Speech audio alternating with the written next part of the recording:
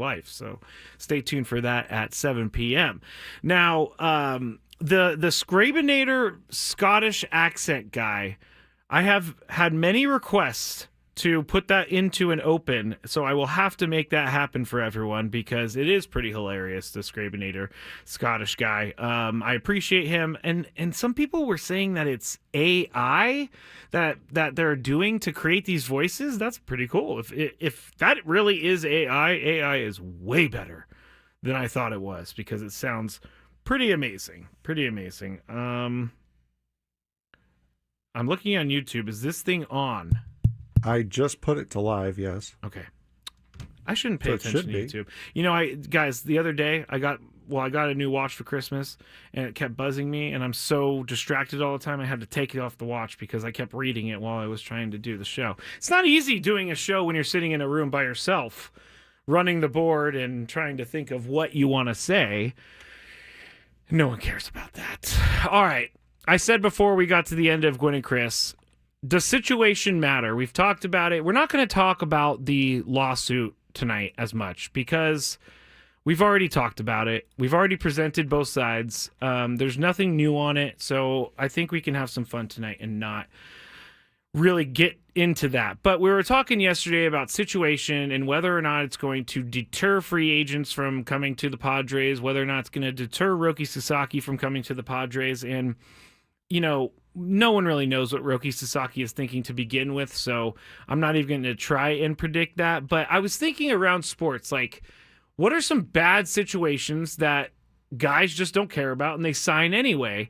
And when I was thinking about it, the one team that popped out to me, Dallas Cowboys. The Dallas Cowboys have a terrible situation right now. They have an owner who is kind of delusional. If you guys heard Mick Cronin earlier today saying that his kids were nice kids, but delusional.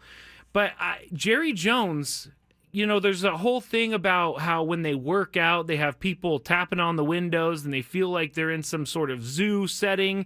And Jerry Jones just is always constantly in the media saying things, making it about himself.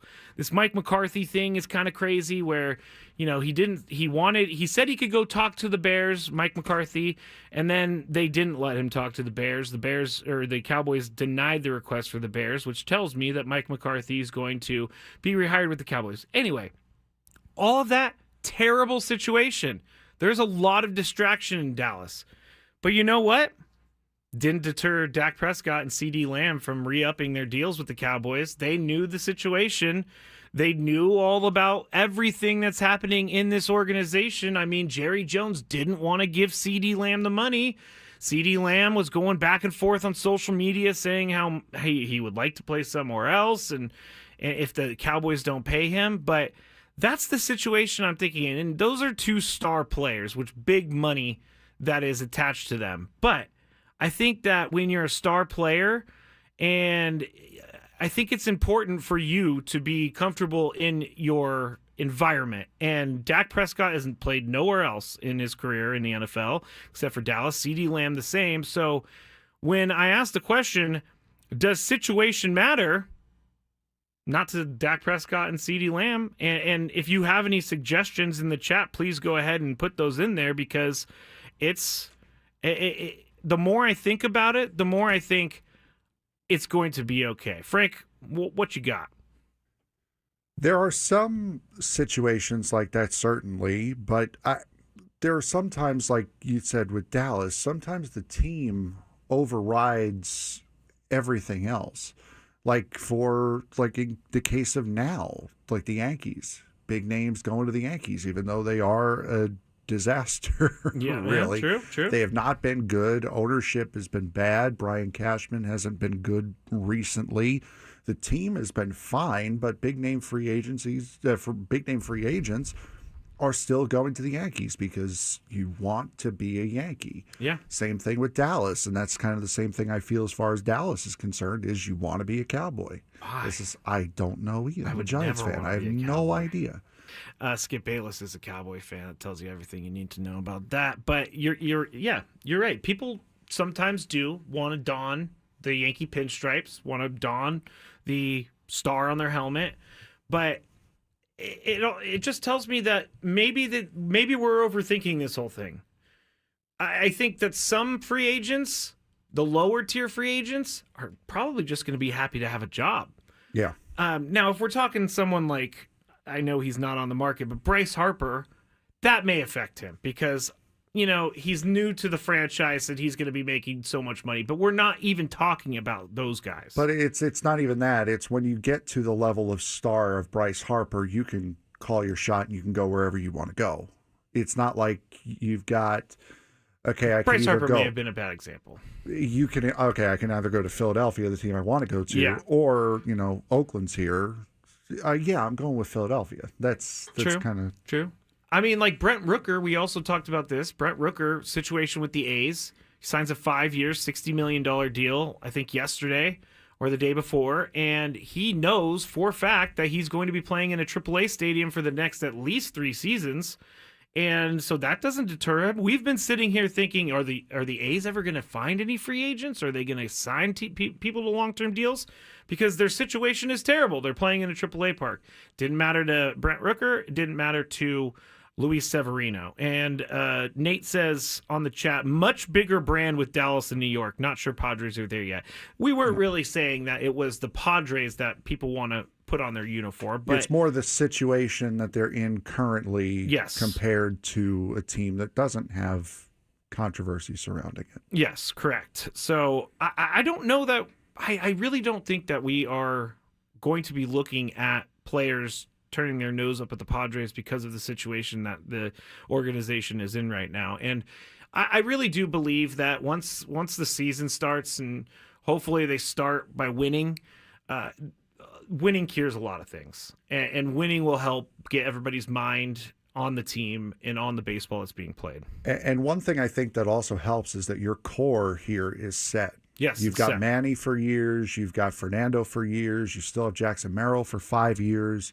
Your pitching rotation could be in a better situation as far as long term is considered, and they've shown absolutely no inkling of wanting to leave even through all of this. So that's one thing that could be a benefit to the Padres still, even though they're going through this situation that they're going through. Yeah, and I've seen I saw a tweet earlier today, and I don't know if this person was just trying to play up the Padres doomer aspect of everything, or if they actually felt this way. But they said once Sasaki doesn't come to San Diego, then AJ is going to have the directive to dump payroll, and then he's going to trade everyone, and this is going to be the worst year of the San Diego Padres. And I thought the first comment was really funny because he said, how long have you been a Padres fan if this is going to be the worst year? There's been many bad years. But I don't think that's the case. They're not.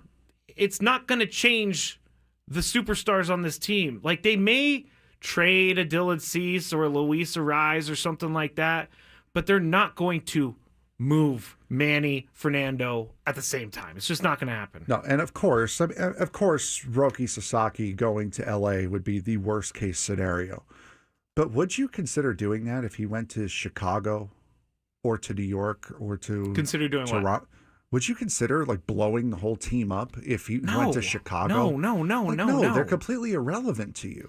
I think that a lot of people, or at least the people that are being doomers right now, are just a little they're uncertain of the Padres' future, and I understand that part of it. Absolutely. Because ownership does change how a team is, and so it's very important for the Padres to get established in their organization.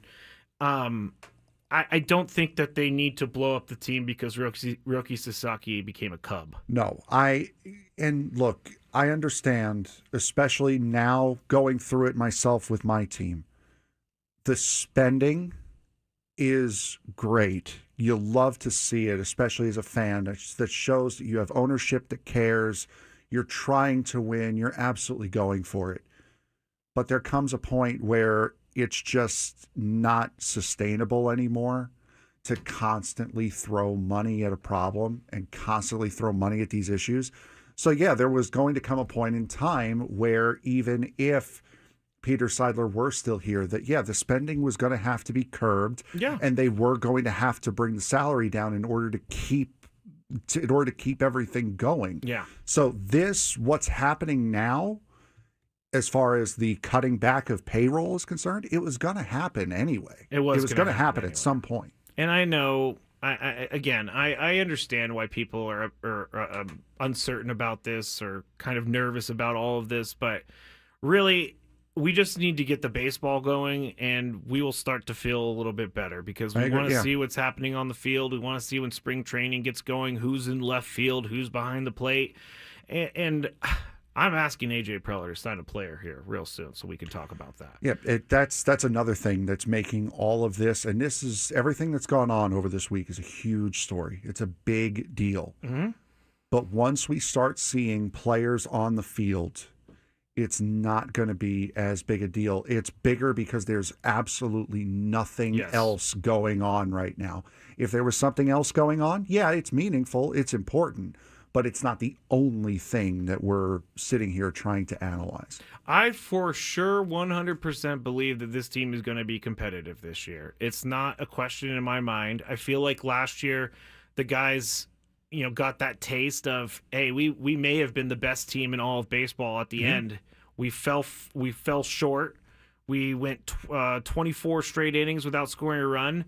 I feel like that is a motivation factor. And I said this after they lost the series. All of the losing that teams do and players do is for a reason. It helps you to get to that next level of winning a championship. That is why I don't want the Lions to win the Super Bowl yet, because they haven't done enough losing in the NFC Championship yet. I'm not saying as a franchise, they've done plenty of losing. They've done more than enough. But with this current team that they have not done enough losing in the playoffs because my 49ers can't seem to break through.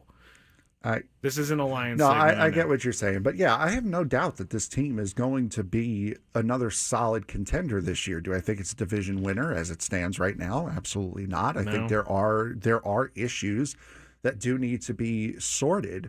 But they had arguably bigger issues last year and produced the second winningest season in franchise history.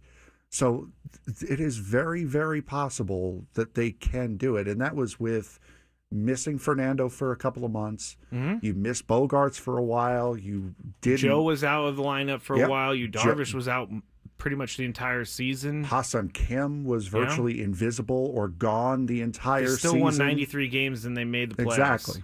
Yeah, exactly. Right. Matt on the chat says, Skraby, you crazy. Aren't we all? I don't know what he's talking about because it could be many things that I've said. Dominic says, LOL, Skraby. Lions fans have suffered enough. Let them have their moment. I will not let them have their moment. So what? They suffered enough. The 49ers have had bad years too. Also got 5 titles. And only one of them I can remember. And through all of that, who has the least amount of wins in the NFL over the last decade? Browns? Oh. The Lions? My New York Giants. Oh. Well, yeah, they stink. All right, why am I holding a bottle of multivitamins? I don't know. I'll tell you why when we get back on the Skraby Show on 97.3 The Fan.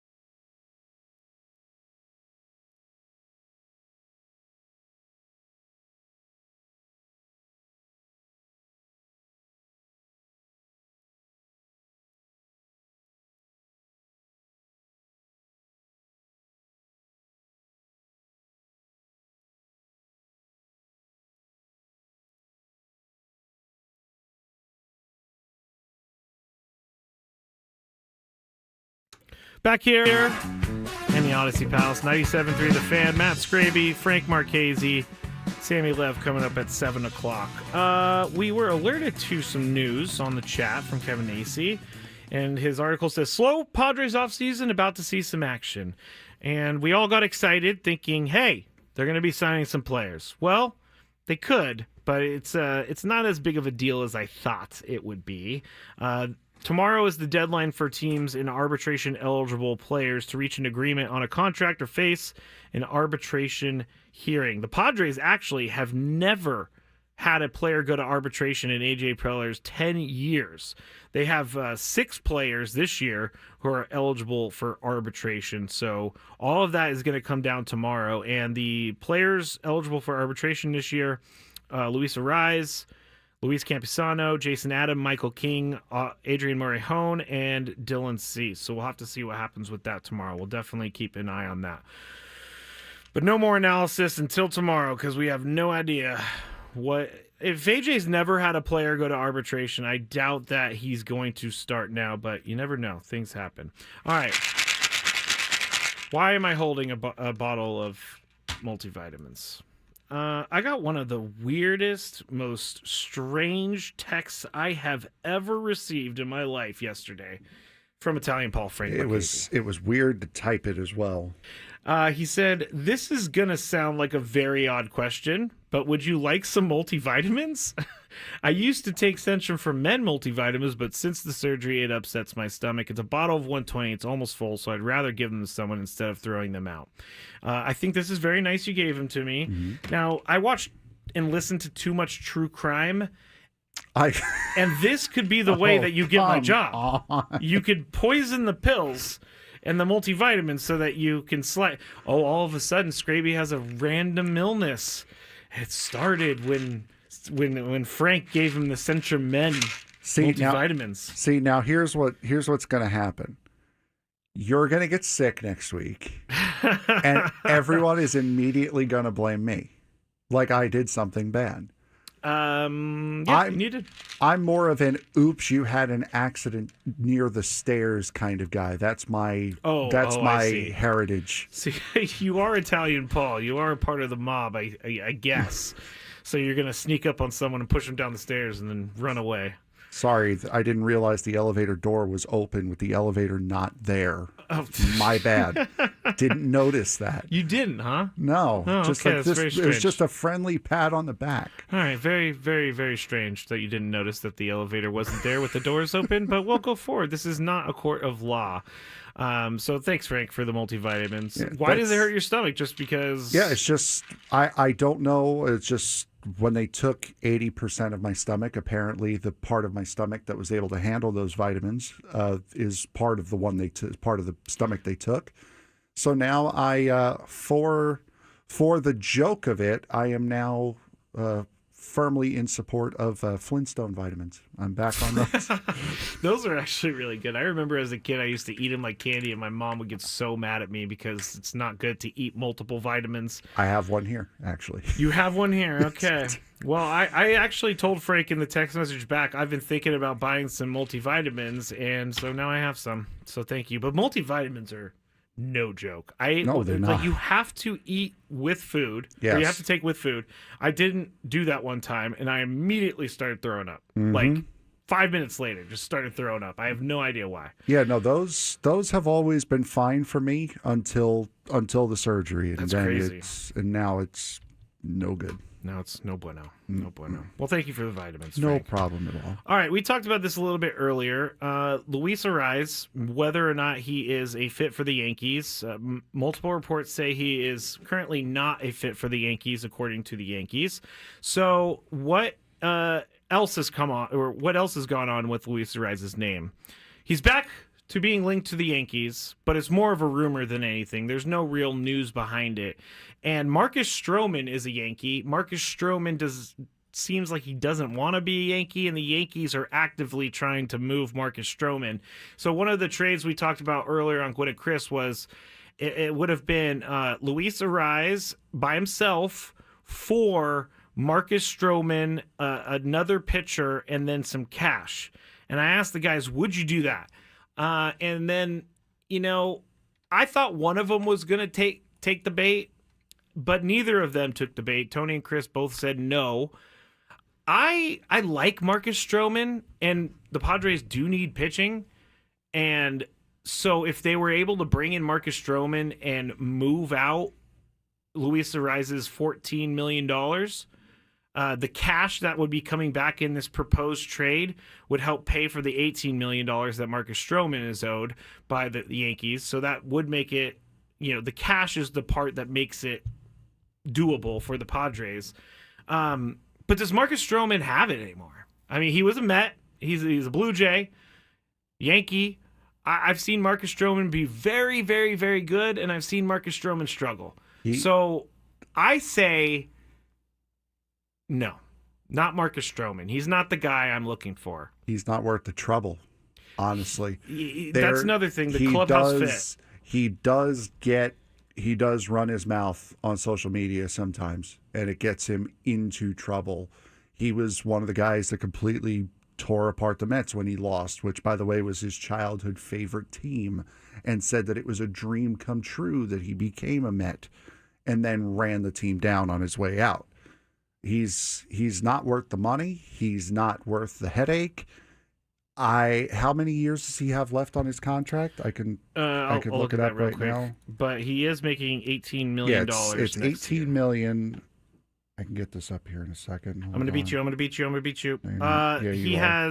He has a vesting option in 2026 for $18.3 million. So this is the last year of like the contract before they go into all the crazy stuff before he's a free agent. So basically, you can look at this like a 1-year deal, a rental player if you want to, and then you can see how he does and see if you want to bring him back. You're going to trade a guy like Luis Arraez for a 1-year rental who's going to be more of a headache than anything else? That's the part where I don't think that they do this. No, Marcus Stroman last year was 10-9 for the Yankees. He pitched 154 and 2/3 innings, and he had a 4.31 ERA, which is not, it's not great, but it's not terrible. But it is the highest ERA he's had since 2018. So he's going into his age 34 season. He is, and his ERA each year has gone up since 2021. It was 3.02 that year, 3.50 the next year, 3.95 the year after that, and now 4.31. Those are the numbers I don't like to see. The ones that keep going up. We want those numbers to come down. And this was just a proposed trade. And I think part of the proposal was because they're looking to maybe sort of get around the Luis Arraez $14 million, which I'm seeing Sean Manaea get signed for 3 years and $75 million. Like $14 million for Luis Arraez seems like an okay deal. I know that there are many people disagreeing with me right now. And how much cash are the Yankees going to give you? If they give you $14 million, you're paying $4 million. You're paying $14 million for Marcus Stroman. I would think it would be. So it's like... Well, Luis Arraez was sent with a lot of cash, so they barely paid Luis Arraez. So they wanted to offload him, and it sounds like the Yankees don't have much of an... what's the word I'm looking for? Issue, problem. Much of a choice. Choice. Oh. That's not a hard word to come up with. They don't have much of a choice. Marcus Stroman is disgruntled. He wants out, and so they're trying to find a trade partner for him. I also think that hurts him in the trade the trade packages that they're going to receive. Yeah, and I mean, just think about this for a second. Poor Luis Arraez. This guy has won batting title after batting title. He's been such a great player. He was such a good locker room fit here. At the end of the season, he begged the team, do not trade him. Do not trade me, please. I want to stay. I want to be a Padre. And he's on his 4th trade in 5 years. Like, come on. Well, he hasn't been traded yet. Well, no, I get that. But now he's in the rumors. But let this guy have a home for more than 2 seconds before we ship him off somewhere. I mean, yes. Unfortunately, this is where pro sports, when they say we understand it's a business, it is a business, and it does stink for him. I mean, he doesn't want to move around the country. Basically, he's one of the best players in the league, but no one thinks he's a great player because they don't want him on their team. I think the Padres are a good team to have, and I know that $14 million is expensive for a guy who, quote unquote, from people I've seen out there, is just a singles hitter, which I believe he's much more than that. Just because a DH is typically a power hitting position doesn't mean you can't have a guy who's going to hit 300 plus Yeah. as your DH. Well, he does hit 300 plus. I know. That's what I'm He's saying. 314. He doesn't hit. He only had 4 home runs for the Padres last year. I believe that was the number 4. I know. What I'm saying is, though, you don't have to have a power hitter as your I missed that. DH. You Don't. can have a 300 hitter as your DH. It doesn't have to be a power spot. Jake Cronenworth is proving that right now. First base is a power position. He's not a power hitter. Johnny says, Arise is a table setter. I love his energy and seems like such a good fit. I agree. KG says, Cease, I understand trading because he has a lot of value. Arise is a steal and has more value with us than others and isn't going to have a great return. I can't argue with those, but No. I Look at what the Padres sent over to get him. It wasn't giant names. Was that the Weathers trade, or was that that was the major trade? Graham Pauley. Yeah, and that was Pauly, Mortadella, Major. Who did you say Mortadella? Isn't that a cheese? No. Okay. Is it? I thought Mortadella was a cheese. Oh, here we go. Padres receive Luis Ariz in cash. Marlins receive Woo-Suk Go. Remember that? Dylan had Jacob Marcy. Padre legend. Oh, and Nathan Martorella. There you go. There you go. So they offloaded four prospects for Luis Ariz in cash, and I think that's a pretty good deal. I mean, you're not four guys that were, in the case of Major, he saw the major leagues as out of necessity. Yes, these guys are not going to see the majors. They're not right now. All right, we're gonna go to break. When we get back, I have I want to say something about SDFC because I called out SDFC weeks ago for not marketing enough. Well, they did, and so I have to pay off and talk about them. There's also a very big name in European soccer that is linked to coming here, and they've been in conversation for several months, from what I have heard. Great. You're going to talk about that when we get back on 97.3 The Fan. Ben and Woods.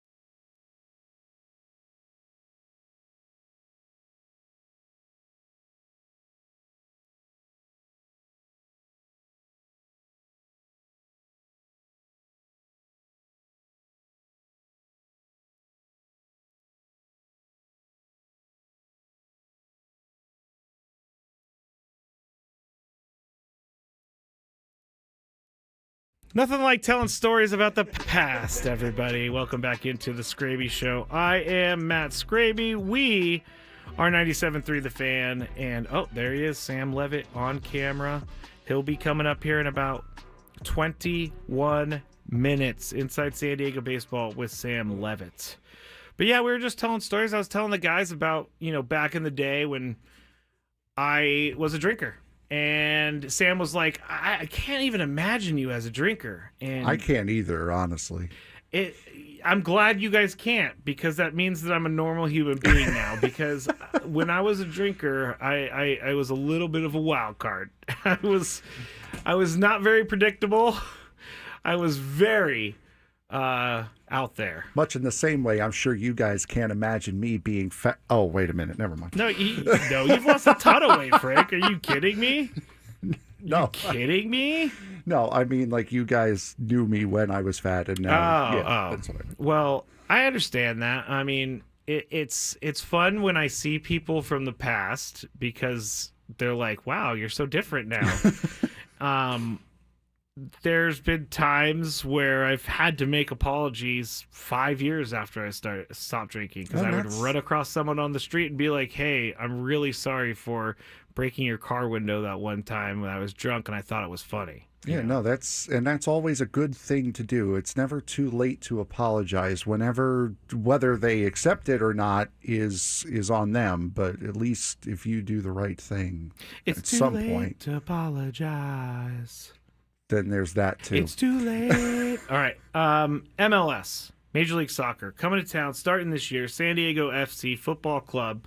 Now, before the break, I gave them a hard time, because I really did feel like we needed more marketing to get into a place where we know what's going on with SDFC. And so they did. They reached out to us, and they actually went above and beyond. Like, I didn't ask for this, but they did it, and they gave each of us a jersey with our name on it. So that's amazing. We also had their head coach on, Mikey Varis, and so we do want to get going in MLS and SCFC. Yes, absolutely. And I felt bad because this all happened with the jerseys and Mikey Varis on the Friday before we left, so I didn't really talk about it. So that was the Ben and Woods Christmas show they were on. Yes, and so I wanted to talk about them because, you know what? They stepped up to the call, and they made an effort, and they were very nice. The communications person reached out to me, very nice, making sure we were okay, everything like that. So I do appreciate that. San Diego, and I'm just going to admit it, I'm not a soccer expert. I don't know if people know that or not, but I'm not a soccer expert. I got you, don't worry. Frank apparently is. I'm going to come into this season like most of you, or at least some of you, where I'm going to be watching the season and learning as we go. You probably won't, honestly. Okay, hold your horses over there. San Diego starts their season in St. Louis. Or no, they're at home, sorry. Snapdragon Stadium against St. Louis. What is their name, Frank? I think it's like FC St. Louis or something like that. It's not creative. Okay. They don't have Are you mascots. the soccer expert, or are you the soccer hater? No, like sometimes some teams like Vancouver, it's the Vancouver Whitecaps. But then you have Toronto, which is just FC Toronto. So it's not like every team has a nickname. Like I every know other that. Like American LA sport. Galaxy, things like that. You know what I really like is the NWSL team in LA, the Angel City FC. Yes. I think that's a cool name. I really do. All right. So, Frank, you were telling us before the break about a big player that has reportedly been linked to SDFC. So give us that report. Yes, big European name, Kevin De Bruyne, who is a center attacking mid for Manchester City, has been for his career, as a part of Belgium's golden generation. Now he is older, he's 33 right now, but to get a guy with the world experience of a Kevin De Bruyne would be absolutely massive to start. And this is where a lot of older European players, we've seen Zlatan Ibrahimovic has come over, played for LA Galaxy. Thierry Henry came over after a very successful European career, spent a lot of time in New York. Goes back to David Beckham. Yes, David Beckham, Messi? Andrea Pirlo, Messi now is here, as well as PK.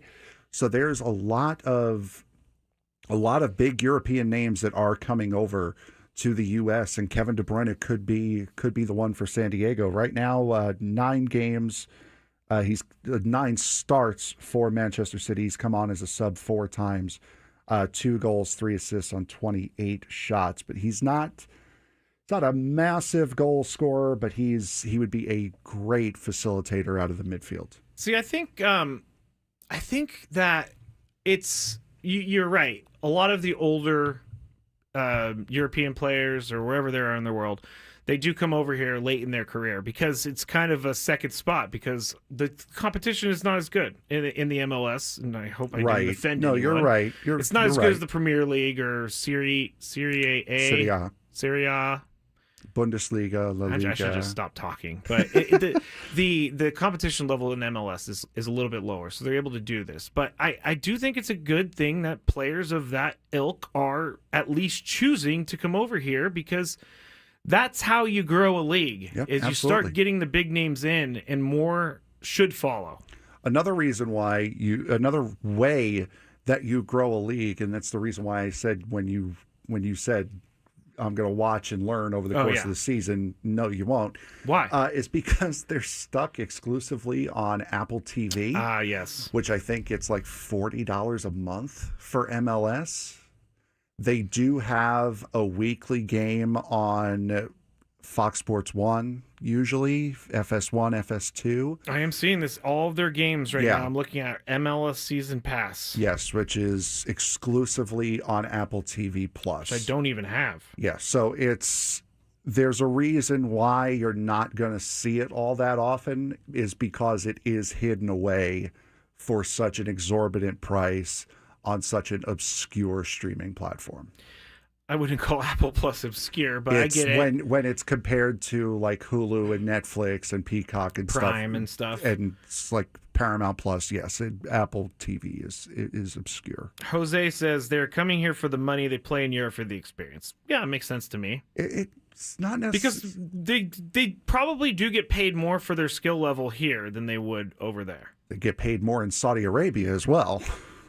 Yeah, that's true. I mean, what's his name? Ronaldo? Yep, Cristiano Ronaldo. Is he still? Yep. I mean, he's making a ton of money. There's so much money in soccer, but like you said, for some reason, it just struggles to catch on in most of the country. But you're right. That MLS season pass, I didn't know that. Yeah, hidden away. With that, though, you do get like the MLS Cup games. You also get the club tournament. I forget what the name of the club tournament is between the U.S. and Mexican clubs as well. So you do get a lot of stuff for it, but it's like MLB.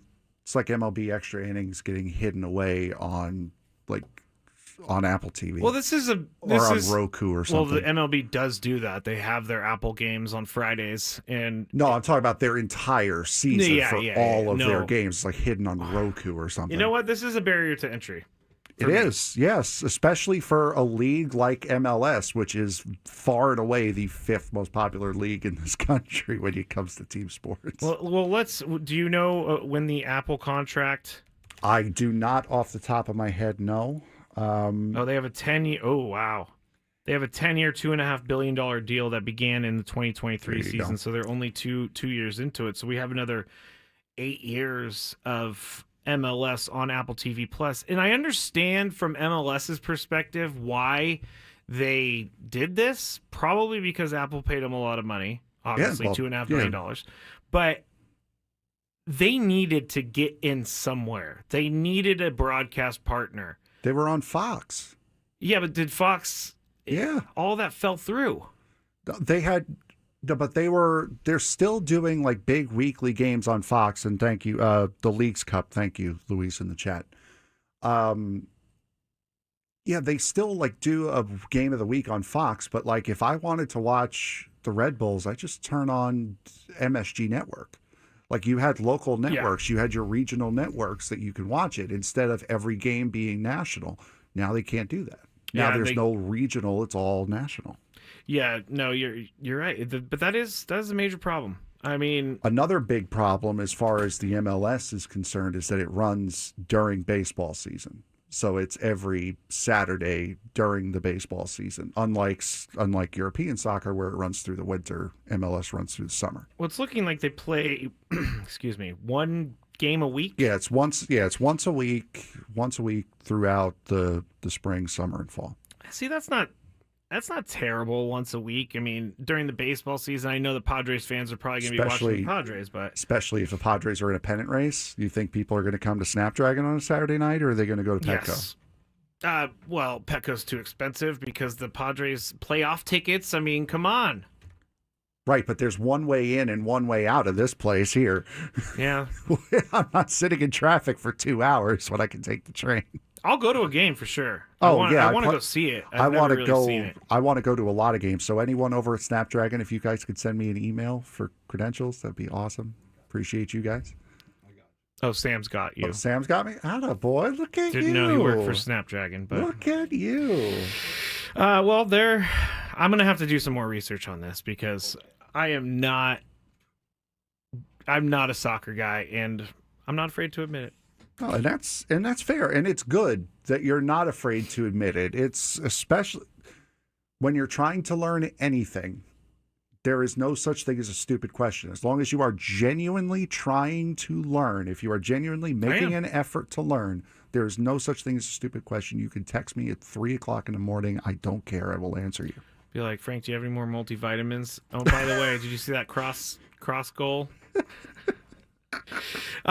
William says, how is it going to work with the Aztecs? No idea. But if I'm looking at the schedule right now, I'm sure they've already figured that out. Yeah.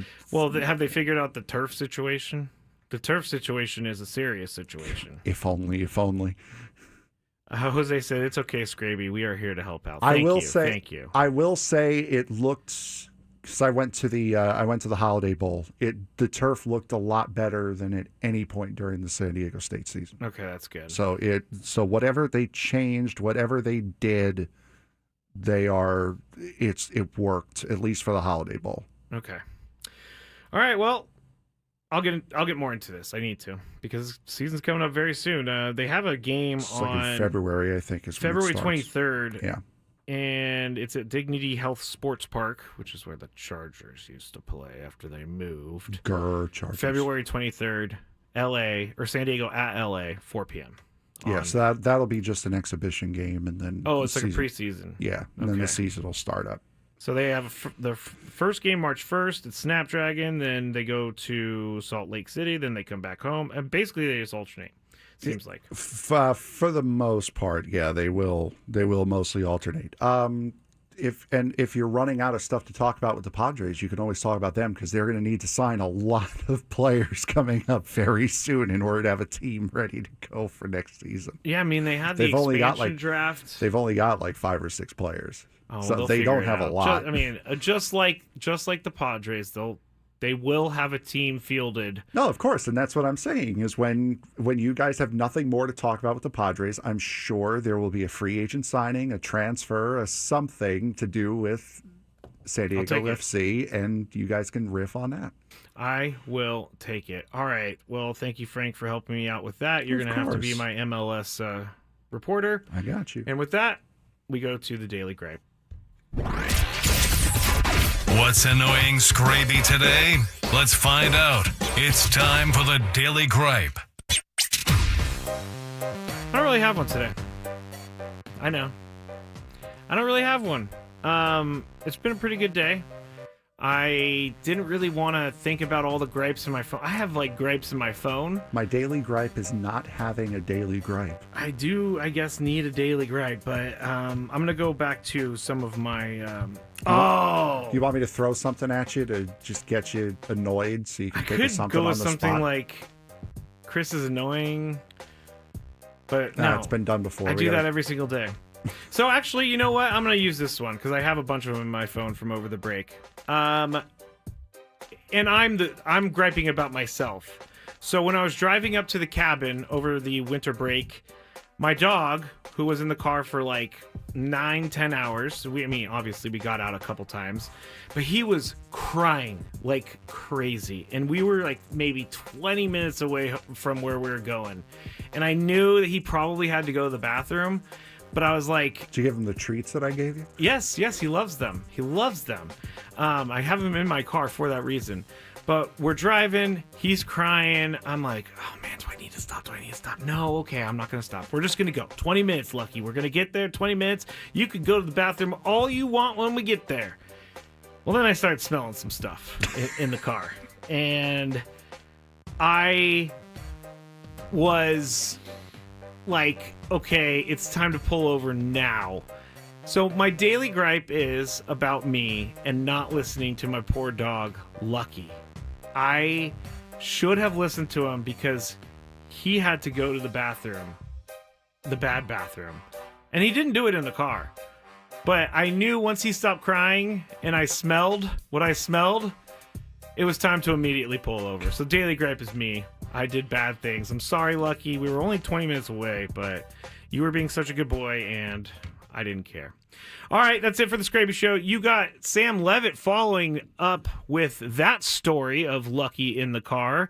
And we'll be back tomorrow with Gwen and Chris, 2 to 6 p.m., Ben Woods, 6 to 10 a.m., Annie and Elston, 10 to 2 p.m. tomorrow. Good night, everybody. Sammy Lev up next. Hey guys, it's Annie.